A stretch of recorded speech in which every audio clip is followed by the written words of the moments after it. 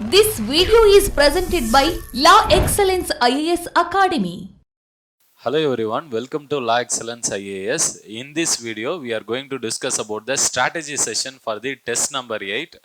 So, as you know very well, this LAEX Shiksha program is an integrated year-long prelims cum mains test series, and this program is available online as well as offline, and batch 1 admission has already been completed, and we are planning to come up with batch 2 in the coming month only. So those of you who are interested in the program can contact the number which is given here. In addition to that, we are also planning to come up with scholarship test and workshop session. So those of the candidates who are interested in LAEX Shiksha program, kindly register for the program using this number. Now going into the test number 8 for the LAEX Shiksha test, the test has been scheduled. That is the time period for the students to prepare for the test number 8 is from 7th of August to 11th of September. So during this time period, they need to study. And so the schedule of the test number 8, if you see, the students need to prepare for the test till September 11, and the mains examination will happen on 12th of September, and then prelims will happen on 13th of September.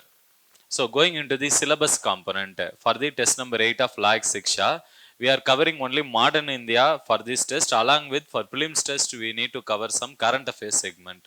So going into the modern history aspect, students need to read foundation of the Indian National Congress, three phases of Indian national movement, revolutionary activism, peasant, tribal and working class uprisings, policies of government, important INC sessions and governor generals, nationalistic literature, growth of education and press, contribution of various sections of society to freedom struggle. And in this, if you see friends, the most important topic in the last 2-3 years in the UPSC trend analysis, if you see, we need to focus more on the contributions of various sections. Here, the contributions of poorer section, women, vulnerable section, tribal societies in the Indian freedom struggle is very much crucial. Along with that, we need to give importance to the revolutionary activism, because here questions can be asked both on prelims as well as mains. So in addition to that, students need to give attention to the important INC session and governor general, especially for the prelims preparation, because UPSC in the preliminary examination has asked a lot of questions starting from Indian Council Act of 1861, Indian Council Act 1892, and then Marlow-Minto Reform 1909, Montagu-Chelmsford Reforms 1919, and then the Government of India Act 1935. So students need to cover all these acts in a very clear and sound manner, so that questions when they come for the preliminary test, they need to be remember all the facts. And once you go into the various movements which are related to the modern history, especially candidates need to give maximum attention starting from Swadeshi movement, non-cooperation movement, civil disobedience movement and quit India movement. And all these movements need to be studied, and you need to represent in your answer in an analytical manner. So the content for this syllabus component can be picked from the new NCERTs only. Now going into the current affairs component for the prelims test for LAEX Shiksha, students need to cover April month 2023 current affairs of LAEX Spark magazine, where they need to give maximum attention to the polity, art and culture, history and government schemes component. So students, while coming for the test, give maximum attention to the polity segment. Now going into the modern history, as we know very well, those who are writing the test, they need to prepare not only on the new NCERTs, students also need to read old NCERT. Here old NCERT will help you give quality points for your mains preparation. But when it comes to prelims preparation, students need to spend maximum part of their energy and time on the 8th standard NCERT, which contains section A, that is part A and part B.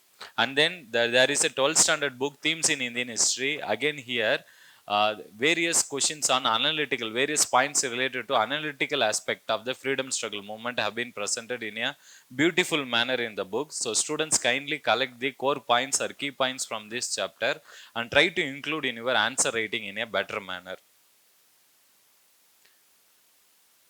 So now going into the syllabus, that is for the old NCERT. While reading the old NCERT, as we have discussed in the last test only, students need to give maximum attention to the Great Revolt of 1857 and the administrative changes. So once this has been prepared in a clear manner, students can move to the other chapters. Here again, you need to give maximum focus to the growth of New India, economic impact and the social religious reform movement. In addition, students need to give maximum attention to the various phases of movement, that is the role of moderates in the freedom struggle and the role of extremists. Their differences and similarities need to be studied along with examples in a proper manner before coming for the test. And going into the 8th standard new NCERT, here in this particular book, as we have discussed in the last strategy video only, you need to give maximum attention to the role of Mahatma Gandhiji in the freedom struggle movement. So here questions can be expected. And with respect to our past 3 part B, here students need to give maximum importance to women caste and reform. Here the role of women in the freedom struggle need to be studied, and the making of national movement, here the various movements need to be covered in a broader and with a proper understanding. So how to make notes for this upcoming test? As we have discussed in the previous strategy videos also, the most important thing when it comes to modern India is that students need to write especially time period and the contribution of the king and the various architectures. If it is coming from art and culture segment, you need to include various diagrams as well as the examples of the architectural buildings. But when it comes to freedom struggle movement, not only the time period and the leader of the movement need to be mentioned. In addition to that, we advise the students to come up with creative use of flow charts and diagrams in your answer. Especially with the help of India map, students can show the various places where Indian National Congress movement or freedom struggle has been happening. So that will add value to your answers. So try to include this. Along with that, kindly try to include current affairs update also, especially for the art and cultural segments. And if you see the UPSC trend analysis, especially in the last 2 to 3 years, UPSC plenty of times they have asked questions from the freedom struggle movement only. That is nationalistic movement during the Gandhian phase. So as we know very well, Gandhian phase of struggle is very crucial in the freedom struggle, and that can always be asked. And even they have also asked in the personalities about the achievements of Gandhiji. Without Gandhiji, how would have been the freedom struggle movement? And even they have also asked questions about foreigners who have contributed to the participated in the various freedom movements. So all the freedom movements need to be studied properly, the various phases in the movement, starting from Indian National Congress formation in 1885. Then students need to focus more on Swadeshi, non-cooperation, civil disobedience and quit India movement. Now going into the preliminary component, if you see the UPSC trend analysis, so they have asked a question with respect to the quit India movement. So for answering these questions, NCERT will be more than sufficient, because most of the times UPSC ask at least 30 to 40% of the modern India question from the NCERT itself. So students who are preparing for the test, make sure that you remember the facts correctly with respect to the important movements in the freedom struggle, as well as remember the important acts which are listed, starting from Indian Council Act to Indian, that is Government of India Act 1935. Questions can be expected from this segment. Again, one more question also came from the Swadeshi movement. This is why we keep telling the students these movements play a very crucial role, not only in your prelims examination, again for mains. Now going into the most important component, that is the last component, UPSC toppers copy analysis.